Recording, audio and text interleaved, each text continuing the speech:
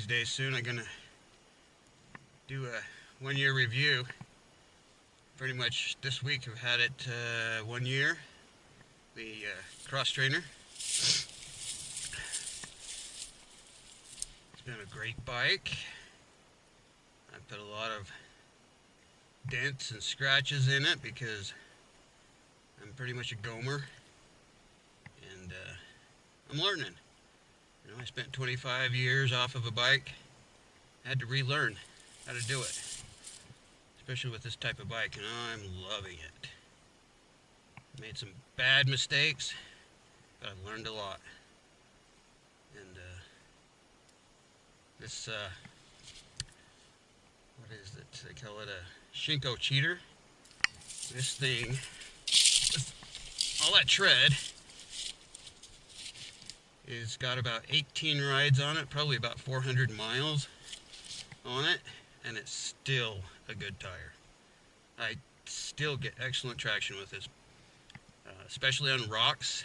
This is a rocky area, obviously. Most of our trails are just crushed rock. So if it rains, it doesn't really turn to mud. It's just wet rock, and it does really well. And it really impressed. The knobs are starting to get hard now. They aren't soft like they used to be, but still gets great traction. It doesn't do as well in the mud and sand as you would expect, but it's really a trail tire made for a trail bike, which this is. Up front here I changed it to a Golden Tire GT216AA. They call it a fatty. I can run lower pressure in it. You can see that I run about 6 to 8 pounds in it, and that compensates for these not so impressive front forks on this Xtrainer. I believe on the 2018 they're supposed to be changing the front suspension. That would be impressive. I don't know if you could swap it out with these. That would be cool, so I can keep the rest of my bike. The rear suspension I have no qualms with. I think it works great. Also, I probably run about 4 to 6 pounds in the rear tire because I have the tubeless system in it. If you watch my videos, then you'll see previously I had a flat when I first put this tire on, and it was a nightmare. Went home and ordered the tubeless to push that bead out, so if this ever goes flat again, I can ride it home without problem. It runs, like I said, I run very low pressure in it, and I get tons of traction, just tons of it. And you know, when I'm slipping, it's rubble or it's loose rock or something like that, but you know, you hit any rocks and it just grabs. Excellent tire. And I don't feel like I have to change it yet, you know. I definitely think it's a lot better than the stock tires, both of them. I think that there's a possibility when I replace that pipe, because I've dented the shit out of it. They're not really big dents, and I haven't noticed any performance problems with it, but I wouldn't mind a little bit more mid to top end. If you adjust the power valve here from stock, you're going to get a lot more mid end on it, a little bit more top end. Definitely wakes it up and makes it a funner bike. Really impressive with that.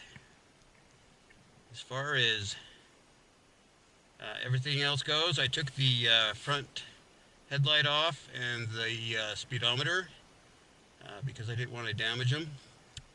I don't ride at night, so, and usually I don't look at the speedometer either. Usually paying attention to the road or the trail, so I found that it's not really necessary right now. I can put it on later if I sell it or something. I kind of like just not worried about having to replace, what, $600–700 worth of components if I break them. So it's just not worth it to me. And it comes with the number plate on there, and I think it looks good with it. So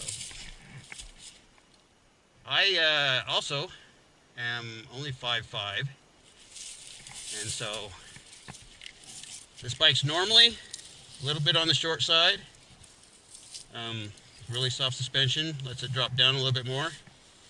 It looks normal, the seat, but it goes down another 1.5 inches because I drilled big holes in the bottom of the foam on it so that I could get a little bit closer to the ground for my short legs. So, also another mod that I've done to it is I've replaced the clutch lever because I think it has a pretty stiff clutch from the factory, and put a Midwest, what do you call it, Midwest Design Mountain Engineering, that's what it is. Really feel like it makes it a 2-finger clutch, and it's an easy 1-finger pull. I get arthritis in my hands and it's hard for me to pull, so that's important to me. Clutch control is important to me. And I also put some spacers on the clutch bolts, and it also softened it up a little bit. And I slipped the crap out of this clutch, and I still haven't burned it up. It is, I'm really impressed with that. I think that this is an awesome machine. I have tons of fun. I don't race. I don't intend to race with it. And hopefully I'll be safe on it. Keep it for a long time. So, my reviews for it, excellent bike. Change out the tires from the factory ones. You'll get better traction, better suspension. I would definitely put spacers in, about 2 to 4 millimeters of the spacers. You can look it up on the internet and see how to do that. It's real simple on your clutch plate, and it will soften up the clutch on it. I also recommend the Midwest Engineering clutch lever. Really like that. As far as the engine goes, that power valve adjustment, play with it a little bit, turn it 1/4 of a turn. I believe it's in. Opens that valve up a little bit, and go ride it. See how it feels to you. See if that wakes it up a little bit more. I will tell you that it may die a little bit more because it loses a little bit of that torque at the very bottom end. So if you're lugging up a hill, you may kill it a little bit more. Maybe that's just me. I'm kind of a, rookie at this, so don't judge me too harshly. And yeah, is it a starter bike for people who've never ridden? No.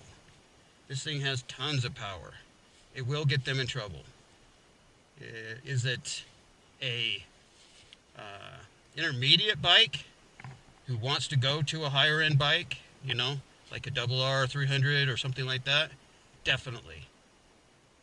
Or if you just want to race it just like this, I hear guys are doing it and they're winning.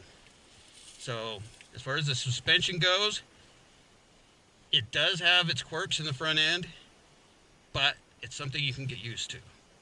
I ended up getting used to it. It's going to cost a lot of money to switch them out. I'm just not willing to do it right yet. Maybe for a Christmas present in a couple of years or something. I can get something, and that would be cool. But definitely recommended. This is the 2017 model. It it doesn't look that good right now. It cleans up pretty good. I plan on changing these out. But in the seat cover pipe, I'll probably go to a slightly more aggressive pipe on it if I change it out. But that's just because I feel like I could use just a little bit more power as I'm growing with the bike. Other than that, I don't think you'll be disappointed. I think you'll really love this bike if you buy one. Now, I understand this is a 2017 and you're coming up on the 2018s. Go and ride the bike. See how they feel. You will love it. Anyways, I'm going to finish my ride today, and I just thought that I wanted to do a review, and it's been a long time I've been wanting to do it. So hopefully this works out. I'll try and edit it so that it works out for you guys, and hope you like it. Thank you.